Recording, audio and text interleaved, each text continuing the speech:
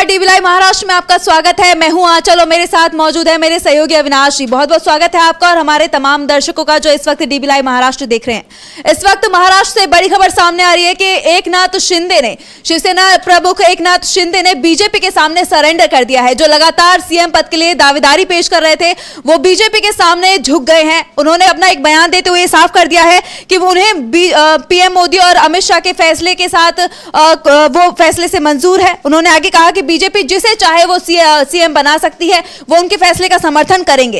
इसके साथ ही उन्होंने ये भी कहा कि सरकार बनाने में मेरी तरफ से उन्हें कोई अड़चन नहीं आएगी। यानी कि उन्होंने साफ कर दिया है कि जो बीजेपी का फैसला होगा वही सीएम शिंदे का भी फैसला होगा। ये कहीं ना कहीं बहुत बड़ा फैसला है और इस तरीके से शिंदे ने बीजेपी के सामने घुटने टेक दिए हैं। इसका कहीं ना कहीं महाराष्ट्र की राजनीति पर बड़ा असर पड़ने वाला है और ये आगे आने वाले समय में देखने को मिल सकता है। तो अविनाश जी, इस पर आप क्या कहना चाहेंगे? किस तरीके का असर महाराष्ट्र में देखने को मिल सकता है? हाँ, महाराष्ट्र में इसका बहुत बड़ा असर देखने को मिलेगा क्योंकि जो वोट दिया गया था वो देवेंद्र फडणवीस के नाम पर वोट नहीं दिया गया था। बीजेपी ने जो वहाँ चेहरा दिखाया था वो एकनाथ शिंदे का चेहरा दिखाया था। एकनाथ शिंदे के नेतृत्व में चुनाव लड़ने के लिए गए थे। वो बात अलग है कि बीजेपी की तरफ से या महायुति युति गठबंधन की तरफ से इस बात की घोषणा नहीं की गई थी कि चुनाव के बाद एकनाथ शिंदे ही सीएम होंगे। लेकिन आपको बता दें, जब जो एकनाथ शिंदे के साथ जब बीजेपी ने सरकार बनाई थी तो उसके बाद लगातार बीजेपी नेताओं की तरफ से जो बयान आ रहे थे, चाहे वो देवेंद्र फडणवीस हो या कोई दूसरा और नेता हो बीजेपी का, उनका यही कहना होता था कि 2.5 साल तक एकनाथ शिंदे सीएम रहेंगे और उसके बाद हम लोग एकनाथ शिंदे के नेतृत्व में चुनाव जीतेंगे और फिर उन्हीं को सीएम बनाएंगे। लेकिन जैसे ही चुनाव करीब आया उसके बाद बीजेपी नेताओं के बोल एकदम से बदल गए और चुनाव के समय तो उन्होंने ये कह दिया कि नेतृत्व तो एकनाथ शिंदे ही कर रहे हैं, लेकिन चुनाव के बाद सीएम कौन होगा उस पर विचार करेंगे। लेकिन तब भी यही कहा जा रहा था कि एकनाथ शिंदे सीएम है, यदि उनके नेतृत्व में चुनाव जीता जाता है तो उन्हें ही सीएम बनाया जाएगा। क्योंकि लोकसभा चुनाव के रिजल्ट हम देख चुके हैं। लोकसभा चुनाव में नरेंद्र मोदी नेतृत्व कर रहे थे एनडीए गठबंधन का, और उनके नाम पर जब महाराष्ट्र में वोट मांगे गए तो वोट नहीं मिला था, वहाँ पर नरेंद्र मोदी के खिलाफ वोट मिला था। इसलिए इस बार चेहरा बनाए गए थे एकनाथ शिंदे, और एकनाथ शिंदे के नाम पर महायुति गठबंधन 230 से ज़्यादा सीटें जीत कर आया। 230 सीटें तो जो 3 उनके मेन दल हैं उनको मिल गई और बाकी 5-6 सीटें जो उनके छोटे सहयोगी थे वो जीत के आए हैं। तो ये सारी जो सीटें मिली हैं वो देवेंद्र फडणवीस के नाम पर नहीं मिली हैं, ये एकनाथ शिंदे के नाम पर मिली हैं। और उसके बाद अचानक ही एकदम से 4 दिन तक दोनों के बीच खींचतान चलती है। एकनाथ शिंदे सीएम पद छोड़ने को तैयार नहीं हो रहे थे और अब कहा जा रहा है कि उनको ऊपर काफ़ी दबाव डाला गया है और उसके बाद उन्हें सरेंडर करना पड़ गया है। लेकिन आप देखेंगे तो शिवसेना की ये नीति नहीं है। शिवसेना नेता शुरुआत से यदि उन्होंने कोई एक स्टैंड ले लिया है तो फिर उस पर अड़े रहते हैं। आप उद्धव ठाकरे को ही देख लीजिए, 2019 में चुनाव लड़े थे वो, और उद्धव ठाकरे ने पहले ही दिन से कह दिया था कि हमारी जो बात हुई है वो सीधी सी बात है कि कौन कितनी ज़्यादा सीटों पर चुनाव लड़ेगा। उस समय भी बीजेपी ज़्यादा सीटों पर लड़ी थी, तब बीजेपी 162 सीटों पर चुनाव लड़ी थी, 126 सीटों पर शिवसेना चुनाव लड़ी थी। लेकिन तभी ये तय हो गया था कि जो सीटों से ज़्यादा जो मतलब नहीं है कौन कितनी सीटें लेके आएगा, जब सीएम बनेगा तो 2.5 साल के लिए दोनों दल एक एक करके अपना अपना सीएम बनाएंगे। बाद में बीजेपी उस चीज़ से मुकर गई और उन्होंने कह दिया इस तरीके की कोई बात नहीं हुई थी। लेकिन उद्धव ठाकरे अड़ गए थे कि जो बात हुई थी, जो तय हुआ था चुनाव के समय पर, वो आपको मानना ही होगा। नहीं मानेंगे तो हम अपना रास्ता अलग कर ले रहे, हमें धोखा पसंद नहीं है। लेकिन एकनाथ शिंदे अब उनके सामने मजबूरी ये हो गई है कि यदि वो बीजेपी के सामने सरेंडर करते हैं, जो सरेंडर तो उन्होंने कर ही दिया पूरी तरीके से, तो उनकी अपनी पार्टी को एकजुट रखना उनके लिए बहुत बड़ा मुश्किल खड़ी हो जाएगी। और यदि वो सीएम बनते तो इसका फायदा पूरे महायुति गठबंधन को मिलता। अब सबसे बड़ी दिक्कत तो यही हो गई है कि जो शिव सैनिक एकनाथ शिंदे को सीएम बनाने के नाम पर वोट मांग कर आए थे सत्ता में, और अब उनके ऊपर अपने मतदाताओं को समझाने का सबसे बड़ा ज़्यादा दबाव पड़ेगा कि किस तरीके से वो अपने वोटरों के पास जाएं और बोलें कि भाई आपने हमको वोट दिया, हमारे कहने पर आपने बीजेपी को वोट दिया और अब सीएम देवेंद्र फडणवीस को बनाया जा रहा है। जबकि देवेंद्र फडणवीस को सीएम बनाना, इस तो शुरुआत से ही कहा जा रहा था कि फडणवीस को सीएम बनाने का मतलब ही सीधा सा है कि बीजेपी बहुत बड़ा एक तरीके से अपने ऊपर ही आघात कर रही है। फडणवीस के नाम पर आपने देखा 2014 का चुनाव जो लड़ा गया था वो फडणवीस के नाम पर नहीं था, उसमें बीजेपी 122 सीटें लेकर आती है। 5 साल बाद जब फडणवीस के नाम पर चुनाव बीजेपी लड़ती है और उस पर उसके साथ में शिवसेना भी होती है, 2014 में जबकि बीजेपी अकेले चुनाव लड़कर 122 सीटें लेके आती है, जब शिवसेना उसके साथ आती है तो सीटों की संख्या घट जाती है क्योंकि फडणवीस के नाम पर वोट नहीं मिला बीजेपी को।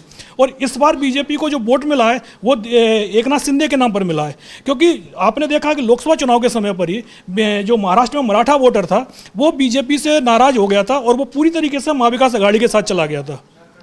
अब उसको मनाने के लिए आपने एक चेहरा किसका दिखाया, एकनाथ शिंदे का, आपने मराठा चेहरा सामने रख दिया। ओबीसी के लिए तो आपके पास ओबीसी के कुछ नेता पहले से ही वहाँ महाराष्ट्र में मौजूद थे, इस बार आपने वहाँ संविधान को लेकर भी एक तरीके से उसको काउंटर करने की कोशिश की। अब जब आपको वोट मिल गया मराठों का तो अब आप सीएम किसको बना रहे हैं? इस समय जो चर्चा चल रही है वो देवेंद्र फडणवीस के नाम की चर्चा चल रही है। अब फडणवीस ना तो मराठा हैं और ना फडणवीस ओबीसी हैं, यानी एक तरीके से आपने जिन लोगों का वोट लेके आप सरकार बनाने जा रहे हैं उनको आप सत्ता देने को तैयार नहीं है। और यही डिमांड लगातार, चाहे आप विपक्ष के नेता हो राहुल गांधी हो, वो हमेशा इसी बात की डिमांड उठाते रहे हैं कि भाई जिसकी संख्या ज़्यादा है उसको उसका हिस्सा भी मिलना चाहिए, लेकिन बीजेपी को लगता है कि वो हिस्सा देने को तैयार नहीं है। तो इसीलिए सबसे पहले तो एकनाथ शिंदे को साइड किया गया है और उसके बाद अब वहाँ ओबीसी जो राजनीति बीजेपी के अंदर, ओबीसी नेता तो वैसे भी बीजेपी के जो बड़े बड़े नेता थे उनको देवेंद्र फडणवीस ने 5 साल के अंदर एक तरीके से किनारे कर दिया था। और अब जब अगले 5 साल के लिए उनको सत्ता मिलेगी तो जो ओबीसी आधार बीजेपी का बचा हुआ है वो भी छिटक के उससे दूर चला जाएगा। और दूसरी बात ये है कि सबसे बड़ा नुकसान इसमें जो होना है वो एकनाथ शिंदे को ही होना है। अब आपको बता दें क्योंकि अब जो सबसे बड़ा चुनाव आना है वो बीएमसी का चुनाव आना है। बीएमसी में लड़ाई किसके बीच में होनी है? बीएमसी में सीधा सीधा शिवसेना वर्सेस शिवसेना की लड़ाई होनी है। मुंबई की राजनीति में शिवसेना का शुरुआत से ही दबदबा रहा है। पिछले 25 साल, अभी 2.5 साल का समय निकाल दिया जाए क्योंकि उसके बाद से तो बीएमसी का चुनाव ही नहीं हुआ है, प्रशासक के हवाले चल रहा है। उससे पहले लगातार 5 बार बीएमसी में शिवसेना की सत्ता आई है और इस बार भी ये कहा जा रहा है कि इस बार भी वहाँ शिवसेना को के ही जीतने के सबसे ज़्यादा चांसेस हैं। इस जो मुंबई की 36 विधानसभा सीटें हैं और 36 विधानसभा सीटों में से भी 16 सीटें इस समय शिवसेना के दोनों गुटों को यदि मिला दिया जाए तो उनके पास में 16 सीटें आती हैं। 10 सीटें उद्धव ठाकरे गुट के पास में हैं, 6 सीटें शिंदे गुट के पास में हैं। अब अगर शिंदे गुट का सीएम, शिंदे गुट तरफ से मतलब एकनाथ शिंदे सीएम नहीं बनते हैं तो इसका सीधा सीधा फायदा उद्धव ठाकरे को होगा। उद्धव ठाकरे तो साफ साफ बोलेंगे कि यदि सरकार महाविकास आघाड़ी की बनती तो उद्धव ठाकरे सीएम बनते। लेकिन जब मराठों का वोट एकनाथ शिंदे के नाम पर महायुति गठबंधन को मिला है तो आपने वहाँ देख रहे हैं कि वहाँ पर आप किसको बना रहे हैं? देवेंद्र फडणवीस को बना रहे हैं। तो इसका सबसे सीधा सीधा जो असर है एक तो सिर्फ सैनिकों पर पड़ना है और दूसरा मुंबई की राजनीति पर पड़ना है। इस एक तरफ से एकनाथ शिंदे कमजोर पड़ते हुए जाएंगे और उसका उतना ही फायदा उद्धव ठाकरे को मिलना है। आपने देखा होगा जब अजित पवार अपने विधायकों को तोड़कर एनडीए में आए थे, महायुति गठबंधन में आए, तब भी उन्होंने यही सवाल कहा था कि अगर मुझे बीजेपी की तरफ से सीएम पद ऑफर होता तो मैं पूरे के पूरे विधायक और पूरा संगठन ले आता। डिप्टी सीएम के चलते संगठन का बहुत बड़ा हिस्सा शरद पवार के साथ में रहेगा, कई विधायक उनके साथ में रह गए। अगर सीएम बनता है तो सारी की पूरी पार्टी आ जाती। और अब वही स्थिति एकनाथ शिंदे के साथ में होती हुई दिखाई दे रही है क्योंकि उनके वो सीएम नहीं बनाया गया है। तो अब इसके बाद में संभवतः शिवसेना का जो कैडर है वो बहुत बड़ी संख्या में दोबारा उद्धव ठाकरे के पास लौट सकता है। और वैसे भी उद्धव ठाकरे की भी इच्छा यही थी, आपकी तरफ देखा होगा चुनाव के बाद से लगातार संजय राउत या किसी के भी बयान हो, उनके बयान यही आ रहे थे कि बीजेपी को अपना सीएम बनाना चाहिए क्योंकि बीजेपी का सीएम बनने का मतलब ये है कि वहां पर सीधा सीधा शिवसेना उद्धव ठाकरे गुट को फायदा होना। और बीजेपी ने एक तरीके से जो चीज़ शिवसेना सोच रही थी, उद्धव ठाकरे सोच रहे थे, वो काम बीजेपी ने कर दिया है। यानी अब बीजेपी को तो नुकसान होना ही है, उनके सहयोगियों को भी नुकसान होना है। और दूसरा बीजेपी की सबसे बड़ी बात यह है कि इसका असर पूरे भारत में भी देखने को मिलेगा। ये कहा जाएगा कि भाई बीजेपी की जो पुरानी रणनीति रही है कि भाई आगे बढ़ने के लिए किसी को अपने साथ जोड़ो, उसके साथ गठबंधन करो और जब उससे काम निकल जाए तो उसको साइड कर दो, और वही महाराष्ट्र में देखने को मिल रहा है। सबसे बड़ी दिक्कत वैसे एकनाथ शिंदे अड़ते भी तो उनके लिए सबसे बड़ी दिक्कत ये हो गई थी कि ऊपर से सीधा दबाव था।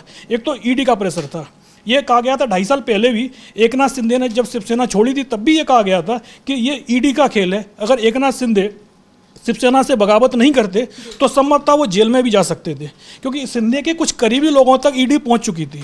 और उसके लिए एकनाथ शिंदे ने पहले तो उद्धव ठाकरे पर दबाव बनाया, लेकिन जब उद्धव ठाकरे ने साफ मना कर दिया कि हमारी जो लाइन है उससे समझौता नहीं करेंगे, बीजेपी ने हमें धोखा दिया है और उस धोखे को हम भूलेंगे नहीं, तो जाहिर सी बात है उद्धव ठाकरे ने जो स्टैंड लिया उस पर वो पहले दिन से ही कायम बने रहे।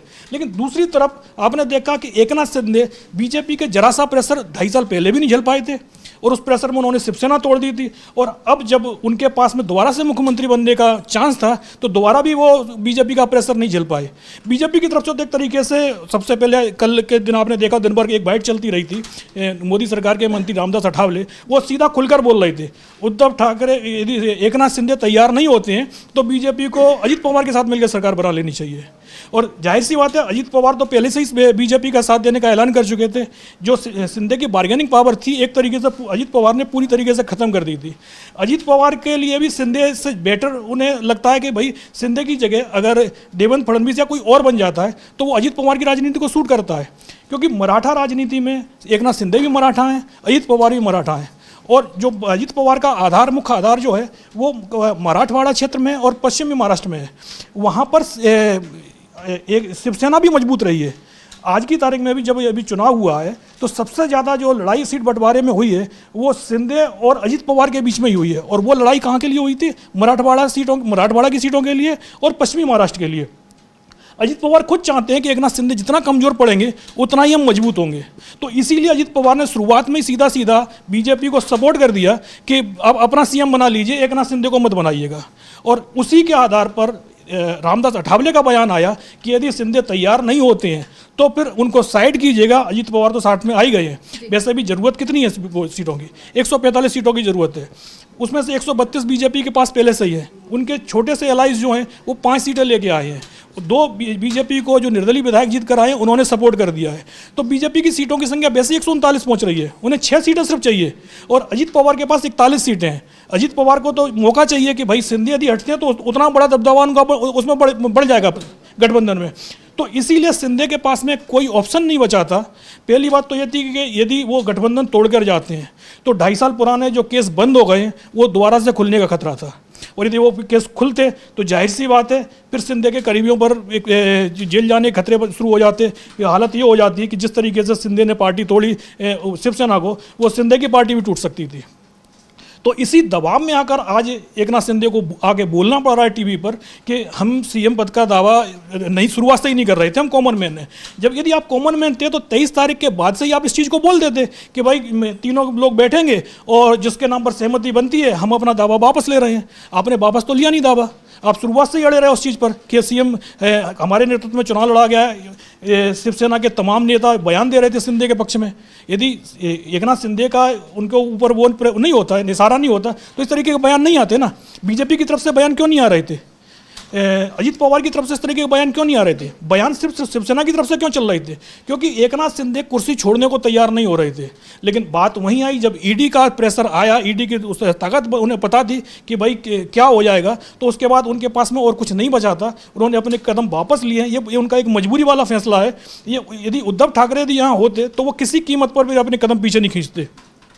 जो उन्होंने 2019 में किया था वो आज भी वो उसी स्टेप पर रहते। लेकिन जाहिर सी बात है उद्धव ठाकरे एकनाथ शिंदे नहीं है। उद्धव ठाकरे ने तो उस समय भी ईडी का प्रेशर झेला, हर सीबीआई जांच के लिए वो तैयार थे, हर मामले के लिए वो तैयार थे। एकनाथ शिंदे तब भी प्रेशर नहीं झेल पाए थे और अभी भी नहीं झेल पाए। और इसका असर आप देखना जल्दी आपको, सबसे पहले तो बीएमसी का चुनाव संभवतः फरवरी में बीएमसी के चुनाव हो जाते हैं, उसी में आप देख लीजिएगा जो जहाँ जहाँ उनके आज की तारीख में मायावती गठबंधन को बढ़त मिली है उनमें से अधिकतर जगह बीएमसी में जो वहाँ के पार्षद जीत कर आएंगे, सभासद, वो अधिकतर आप देखना महाविकास अघाड़ी के जीत कर आएंगे। उसमें आपको साफ साफ पता चल जाएगा बीजेपी ने कितना गलत डिसीजन एकनाथ शिंदे को हटाकर ले लिया है। बिल्कुल। इस वक्त जो है सीएम शिंदे ने एक प्रेस कॉन्फ्रेंस की और उस दौरान उन्होंने बीजेपी का समर्थन किया। उन्होंने साफ साफ ये कह दिया कि उन्हें कोई परेशानी नहीं है, बीजेपी जिसे चाहे वो सीएम बना सकती है। और क्या कुछ कहा उन्होंने, सुनवाते हैं आपको। इसलिए महायुति और तेजी से काम करेगी और केंद्र सरकार और राज्य सरकार मिलकर बहुत आगे बढ़ेंगे और निश्चित रूप से इस महायुति की सरकार स्थापित होगी। और इसीलिए जो मैंने आप लोगों को कहा कि लगा कि क्या हुआ, मैं तो कल आदरणीय प्रधानमंत्री जी से भी बात की, उनको भी कहा सरकार बनाने में हमारी तरफ से कोई अड़चन नहीं है, आप निर्णय ले लो। जैसे आपके भारतीय जनता पार्टी वो आपका निर्णय अंतिम लेता है। हम भी महायुति के कौन लीडर है, एनडीए के लीडर कौन है? मोदी जी है, अमित भाई है, तो उनको कहा कि मैंने अमित भाई जी को भी फोन किया, मोदी जी को भी फोन किया, सरकार बनाने में हमारी तरफ से कोई भी रुकावट, कोई भी अड़चन, कोई भी कुछ भी किसी भी तरह का अड़ंगा नहीं है। आप बेशक आप निर्णय ले लो, उस निर्णय की तामील हो जाएगी, निर्णय की अमल हो जाएगी। और मैं आज आप सबको कहता हूं कि भारतीय जनता पार्टी के वरिष्ठ नेता जो निर्णय लेंगे मुख्यमंत्री पद के बारे में, जो उनका कैंडिडेट होगा, उसको हमारा शिवसेना का पूरी तरह समर्थन है, पूरी तरह हमारा पाटिंबा उनको है। ये आपको बताने के लिए मैंने आज सबको बुलाया है।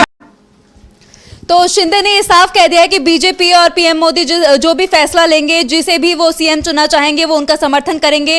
और कहीं ना कहीं जो जिस तरीके के शिंदे के बयान आए हैं वो दबाव में दिखाई दे रहे हैं, क्योंकि अगर बात की जाए अभी हाल ही की, तो सीएम शिंदे जो है वो लगातार सीएम पद को लेकर दावा कर रहे थे। वो लगातार ये कह रहे थे कि सीएम वो बनना चाहते हैं। उनकी पार्टी के कई नेताओं ने ये मांग की थी कि जो सीएम है वो शिंदे ही रहे। इसके अलावा सीएम शिंदे ने खुद ही कार्यकर्ताओं से अपील भी की थी कि अगर वो सीएम पद पर उन्हें बने देखना चाहते हैं, आगे बढ़ाना चाहते हैं, तो वो नारा लगाएं कि एक नाथ है तो सुरक्षित है का नारा भी उन्होंने दिया था। जिस तरीके के बयान देखने को मिलते रहे हैं शिवसेना की तरफ से, शिंदे गुट की शिवसेना की तरफ से, वो कहीं ना कहीं इस पर मोहर लगाते हैं कि वो सीएम बनना चाहते थे। लेकिन जो बयान इस वक्त शिंदे ने दिया है, कहीं ना कहीं वो दबाव में दिया है, वो बीजेपी के सामने झुकते हुए नजर आ रहे हैं। और ये जो झुकाव दिखाई दे रहा है शिंदे के अंदर, ये कहीं ना कहीं कह सकते हैं कि एनसीपी की वजह से, क्योंकि अभी हाल ही में शिवसेना के पदाधिकारी रामदास कदम ने कहा था कि एनसीपी की वजह से सीएम पद का दावा करने के लिए शिवसेना की सौदेबाजी की शक्ति जो है वो कम हो गई है। कहीं ना कहीं एनसीपी को इसके लिए जिम्मेदार ठहराया गया था। इस पर आप क्या कहना चाहेंगे? हाँ बिल्कुल, यदि एनसीपी साथ में नहीं होती और स्थितियां यही बनती, बीजेपी की भले ही 130-32 सीटें उस समय भी होती और शिवसेना की सीटें भले ही उसके 10 सीटें और कम हो जाती, एक नाथ शिंदे भले ही 45 सीटें लेकर आते, लेकिन अगर एनसीपी साथ में नहीं होती तो फिर एक नाथ शिंदे सीएम पद से अपनी दावेदारी शायद पीछे नहीं लेते, क्योंकि बीजेपी को भी पता होता कि बिना एक नाथ शिंदे के वो सरकार नहीं बना सकते हैं। लेकिन आज परिस्थिति ऐसी है कि बीजेपी को एक नाथ शिंदे की जरूरत भी नहीं है। यदि एक नाथ शिंदे अलग हटना चाहें तो वो अलग हट सकते हैं, लेकिन बस ये है कि साथ में चुनाव लड़े हैं, इसलिए बीजेपी साथ में रखने की बात कह रही है। अजीत पवार के समर्थन के साथ में ही बीजेपी के लिए जो आंकड़ा है वो 173 हो जाता है, जबकि बहुमत के लिए चाहिए कितना, 145। तो जरूरत ही नहीं है बीजेपी को किसी और का साथ लेने के लिए। और यही चीज़ दिखाई दी है। और एक नाथ शिंदे के समर्थक भी बोल रहे हैं कि अजीत पवार के चलते हम लोग की बार्गेनिंग पावर जो थी वो खत्म हो गई, क्योंकि यदि बीजेपी पर दबाव डालते तो बीजेपी की तरफ से तो सीधा मैसेज आ ही चुका था कि हमें एक तो सरकार बनाने की जल्दी नहीं है, और दूसरा हमें जब सरकार बनेगी तो उसमें सीएम हमारा ही होगा। अब कितने दिन तक लंबी बात चलती है, जितना लंबा ये मामला जाता शिवसेना के लिए उतनी ही दिक्कत बढ़ती चली जाती, इसलिए उन्होंने जल्दी सरेंडर कर दिया। और एक नाथ शिंदे का कहना है कि भाई हमें वो नहीं है, लेकिन अभी तक उन्होंने ये नहीं बताया है कि जो नई सरकार बनेगी उसमें डिप्टी सीएम का पद कौन लेगा, क्योंकि देवेंद्र फडणवीस सीएम थे, उनके नेतृत्व में एक नाथ शिंदे मंत्री थे, मंत्री बनकर काम किया। देवेंद्र फडणवीस सीनियर थे, लेकिन जब दोबारा से दोनों ने सरकार बनाई, एक नाथ शिंदे ने बगावत की, तब तो देवेंद्र फडणवीस एक नाथ शिंदे के मंत्रिमंडल में डिप्टी सीएम बनने को तैयार हो गए, उनके अंदर में काम करने के लिए तैयार हो गए। लेकिन अब क्या एक नाथ शिंदे देवेंद्र फडणवीस के अंडर में काम करने को फिर से तैयार होंगे? इस चीज़ का खुलासा आज की प्रेस कॉन्फ्रेंस में एक नाथ शिंदे ने नहीं किया है। तो अब बात वही है, यदि एक नाथ शिंदे डिप्टी सीएम नहीं बनते हैं तो किसको बनाएंगे? किसी को नहीं बनाएंगे। यदि वो अपनी पार्टी से किसी को डिप्टी सीएम पद नहीं देते हैं, तो ये कहा जा रहा है कि एक नाथ शिंदे भी अड़े हुए हैं कि उनको गृह मंत्रालय दिया जाए कम से कम। यदि आप हमको सीएम नहीं बना रहे हैं तो हमको गृह मंत्रालय दीजिए। दूसरा, बीजेपी की एक रणनीति रही है, वो गृह मंत्रालय जहाँ पर भी सरकार बनाते हैं वहाँ गृह मंत्रालय वो अपने सहयोगियों को नहीं देते हैं। महाराष्ट्र में भी इस समय जो सरकार चल रही थी उसमें भी गृह मंत्रालय देवेंद्र फडणवीस के पास में था, और फडणवीस चाहते हैं कि सीएम रहते हुए वो गृह मंत्रालय अपने पास में रखें, क्योंकि आज की तरह बीजेपी में हर नेता योगी आदित्यनाथ बनना चाह रहा है कि योगी आदित्यनाथ के पास में गृह मंत्रालय है और उसी की हनक वो पूरे उसमें दिखाते हैं कानून व्यवस्था को लेकर। तो इसी के चलते देवेंद्र फडणवीस गृह मंत्रालय देने को तैयार नहीं है। और दूसरा, एक नाथ शिंदे का कहना है कि भाई यदि सीएम पद नहीं दे रहे हैं तो हमको कम से कम गृह मंत्रालय दे दो। अब ना तो अभी गृह मंत्रालय पर स्थिति क्लियर की है उन्होंने, और ना ही अभी तक उन्होंने ये क्लियर किया है कि वो देवेंद्र फडणवीस के अंडर में काम करेंगे। और बार्गेनिंग पावर जैसी वाली बात है तो साफ दिखाई दे रहा है अजीत पवार के चलते इस समय शिवसेना के पास में करने को ज़्यादा कुछ बचा नहीं है। और इसी का नतीजा है कि आज एक नाथ शिंदे को सामने अगर कहना पड़ रहा है कि बीजेपी अपना नेता चुन ले। जाहिर सी बात है, उन्होंने सीधा सीधा बोल दिया कि जो आप अपना नेता चुनेंगे हम उसका समर्थन करेंगे। जी बिल्कुल। तो अब इस बीच एक खबर ये भी आ रही है कि कल महायुति की दिल्ली में बैठक बुलाई गई है जिसमें अमित शाह भी मौजूद रहेंगे और कहा यह भी जा रहा है कि फडणवीस के नाम पर चर्चा हो सकती है। कहा यह जा रहा है कि शायद फडणवीस ही सीएम बन सकते हैं। बहरहाल ये तो देखने वाली बात होगी कि आखिरकार महाराष्ट्र का सीएम होगा कौन। लेकिन फिलहाल के लिए बस इतना ही। बहुत बहुत शुक्रिया अविनाश जी और बहुत बहुत शुक्रिया हमारे तमाम दर्शकों का जो इस वक्त हमें